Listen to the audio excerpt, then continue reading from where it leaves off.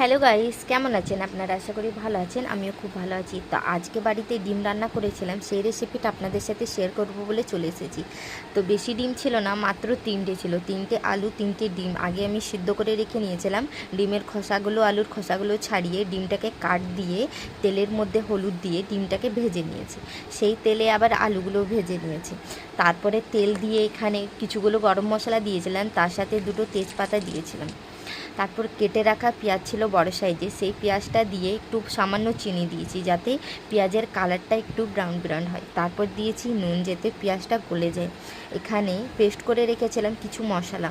এখানে ছিল একটা বড় সাইজের টমেটো, আদা, রসুন, লঙ্কা আর জিরে, ধনে ছিল।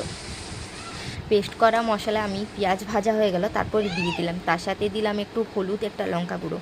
ভালো করে ভাজলাম। এটাকে ভালো করে কষাতে হবে, যে জলটা আছে সেটা ভালো করে কষায় কষায় জলটাকে মরাতে হবে। যখন তেল উঠে যাবে পুরো মশলার মধ্যে, পাশে পাশে তেলগুলো উঠবে, তখন ভাববো যে মশলাটা ভাজা হয়ে গেছে।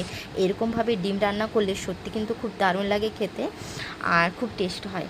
তারপরে ভেজে রাখা যে আলু ছিল সেটাকে ভালো করে কষালাম আমি। আলুটা কষা খুব দরকার, তাহলে আলুর টেস্ট আরও দুগুণা হয়।